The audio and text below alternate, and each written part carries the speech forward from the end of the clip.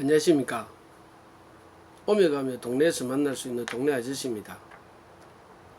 오늘은 동네 아저씨가 너무나 이 나라가 걱정이 되어서 여러분들에게 한 말씀 드리고자 합니다. 함께 고민해 보시기 바랍니다. 지난 25일 날 윤석열 검찰총장이 임명되었습니다.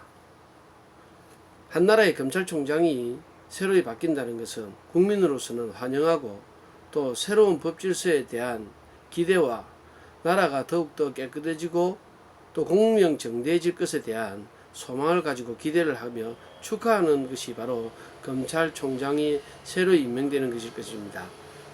그래서 많은 검찰총장을 좋아하시는 분들이 화분도 보내고 축하 전문들도 많이 보내는 걸로 알고 있습니다. 그러나 오늘 저는 이 동네 아저씨가 너무나 걱정이 되어서 여러분들에게 말씀을 드리고자 합니다. 윤석열 검찰총장은, 신임 검찰총장은 박근혜 대통령 탄핵에 앞장서서 참 말도 안 되는 수사에 앞장섰던 사람이기도 합니다. 그러나 그 과거들을 다 차치한다 하더라도 신임 검찰총장에게 임명장을 주는 문재인, 할 수 없이 대통령이라고 할게요. 문재인과 또 그 신임장을 받아든 검찰총장의 취임사를 보면서 너무나 걱정이 됩니다. 문재인은 검찰총장 윤석열에게 신임장을 주면서 우리 윤 총장님이라면서요, 청와대든 정부든 또는 집권 여당이든 비리가 있다면 엄정하게 수사에 임해달라라고 이야기하면서 살아있는 권력에 대해서도 엄정하게 수사를 해달라 이렇게 이야기를 했습니다. 저는 여기에서 살아있는 권력이라는 데 대해 가지고 한번 의문을 제기하고자 합니다. 지금 현재 살아있는 권력이라고 한다면 청와대를 중심으로 한 사실상의 주사파 세력, 좌파 세력들을 일컫는 말입니다. 그러면은 주사파 세력을 검거해라는 말일까요? 안 그러면 빨갱이, 사회주의 사상을 가진 사람들을 조사해라는 말일까요? 그런 게 아닐 것입니다.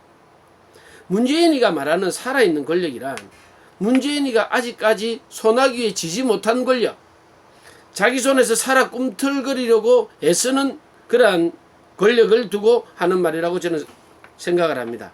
그러면은 청와대가 아직 잡지 못한 권력이 어디일까요? 여러분 한번 생각을 해보십시오. 사법부 모두 장악했습니다. 행정 모두 장악했습니다. 행정, 사법, 입법이 삼권 분립하는 나라에서는 권력기관이라고 이야기하죠. 그러면 아직까지 문재인이가 잡지 못한 살아있는 권력이란 바로 입법기관, 즉 국회를 두고 이야기를 합니다. 그러면은 윤석열에게 살아있는 권력에 대해서도 엄정하게 해달라라는 말은 무엇을 잡으라는 말일까요? 바로 입법 권력. 내년 4.15 총선을 앞두고 있는 자유한국당과 제야 세력들을 한순간에 한 손에 쥘 수 있도록 잡으라는 명이 아니고 무엇이겠는가 생각합니다. 그러므로 말미암아 내년 총선에서 사회주의 완성을 위한 개헌을 완전히 확보하는 데 있어 가지고 걸림돌을 제거하라. 이것이 바로 살아있는 권력에 대해서도 엄정하게 수사하라라는 말이 바로 문재인의 요구사항이었다라고 저는 생각을 합니다. 아울러서 윤석열은 거기에 대해서 이렇게 답을 했습니다. 취임사에서 이렇게 이야기를 합니다. 헌법 제1조의 모든 권력은 국민으로부터 나온다고 규정되어 있습니다.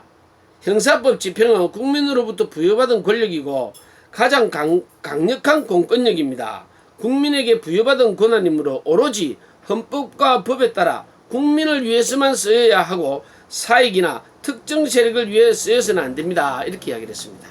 예, 맞습니다. 국민에게 부여받은 권한, 가장 강력한 공권력, 오직 헌법과 법에 따라 국민을 위해서만 쓴다 이렇게 이야기했습니다. 예, 헌법과 법에 따라.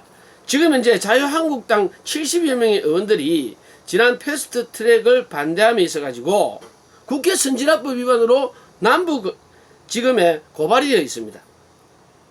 아울러 40여 명에 이르는 민주당 의원들도 또한 고발되어서 지금 한가로이 여유로운 시각에 지금 조사를 받기도 한다라고 알고 있습니다. 그러나 윤석열 신임 검찰총장이 임명한 남부검찰청장에 의해서 조사되어질 한국당 의원들, 법에 의해서.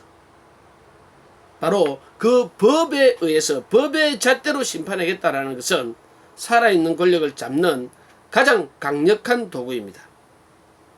바로 그 권력이 국민으로부터 나온다고 또한 이야기하고 있기도 합니다. 올바른 헌법 정신, 올바른 법 집행에 있어 가지고 윤석열과 문재인의 꼼수가 어디에 감추어져 있을까? 저는 심히 의심을 해봅니다. 그리고 또한 윤석열은 취임사에서 이렇게 또 이야기를 합니다.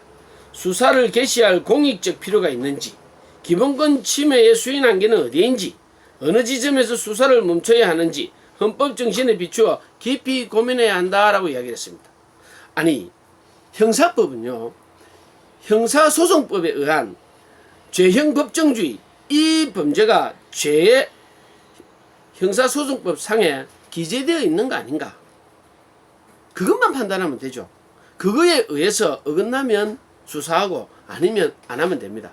근데 국회 선진화법에 의해서 법 위반이 직시되어 있죠. 그러면은 그 국회 선진화법에 의해서 야당들을 조사하고 수사함에 있어 가지고 윤석열은 하등에 걸림돌이 없다 이겁니다. 살아있는 권력에 대해서도 엄정하게 수사해달라라는 문재인의 질문에 윤석열은 그렇게 답을 했습니다.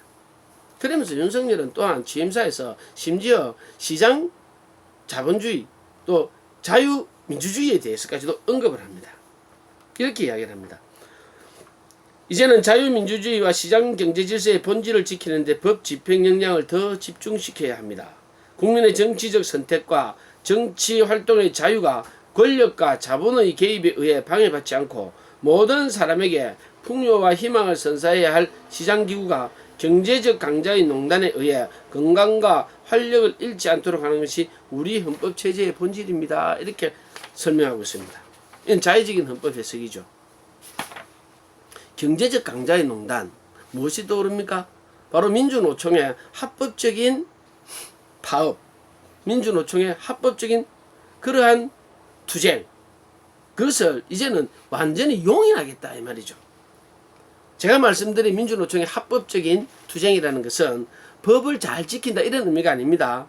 자기들 나름의 해석으로 내어놓는 법, 그에 대해서 합당하면 합법이다 이렇게 이야기하는 것이죠. 바로 지금 윤석열이가 이야기했던 경제적 강자의 농단에 의한 건강과 활력을 잃지 않도록 하겠다.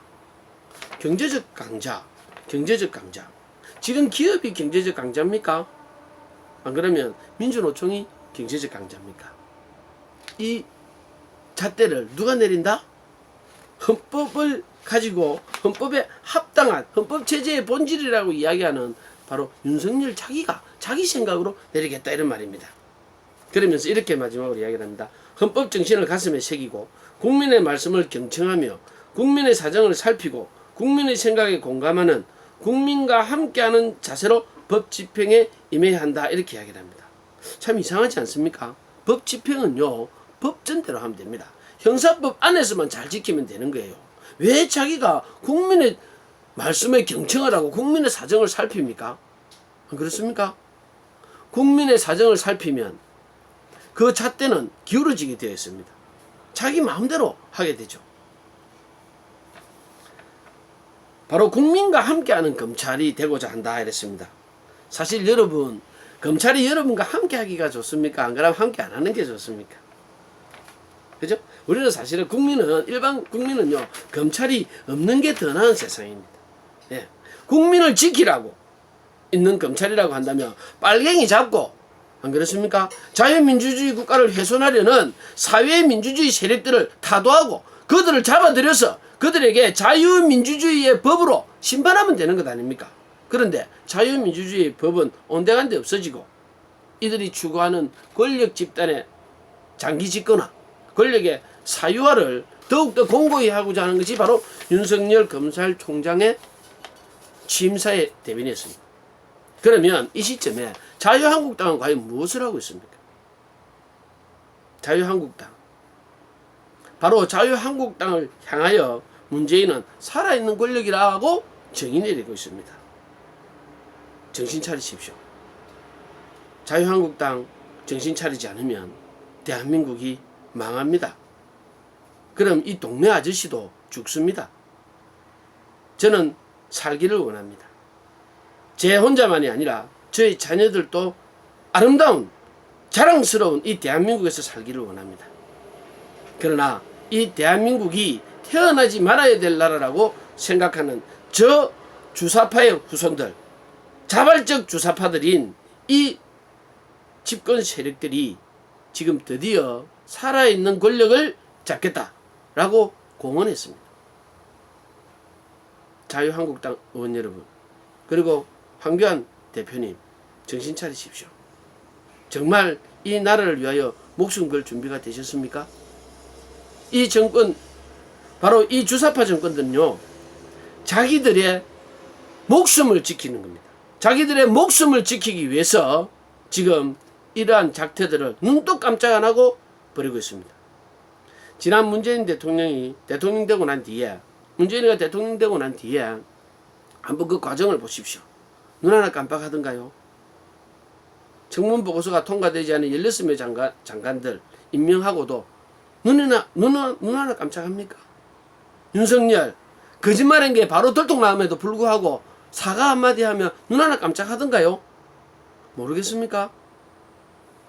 자유한국당 아무리 떠들어라, 우리는 우리 갈 길 간다. 왜냐? 자유한국당 자유우파에게 이 정권이 다음에 정권을 빼앗기면요, 이들은 자기들이 죽는 걸 알아요. 자기들이 죽는 걸 아는 자들과 지금 아니면 뭐 다음에라도 기회가 있지 않을까라고 생각하는 자유한국당 싸우면 누가 이길까요? 저는 단언코 지금 이 정권이 이길 거라 생각합니다. 그러면 자유한국당 그냥 내어줄 겁니까? 자유우파가 그냥 괴물될 겁니까? 자유우파도 이들보다 더한 목숨을 걸어야죠. 당대의 목숨뿐만이 아니라 우리가 사랑하는 자녀들까지도 목숨 걸어야, 그 자녀들의 목숨까지도 우리는 담보하며 지켜내야 된다라는 것을 인식하고 정말 사적생의 각오로 싸워야 될 줄 믿습니다. 부탁드립니다. 자유우파를 대변하는 자유한국당 황교안 대표이야 나경원 원내대표이야 113명의 의원 여러분, 자유 대한민국을 지켜주십시오. 감사합니다.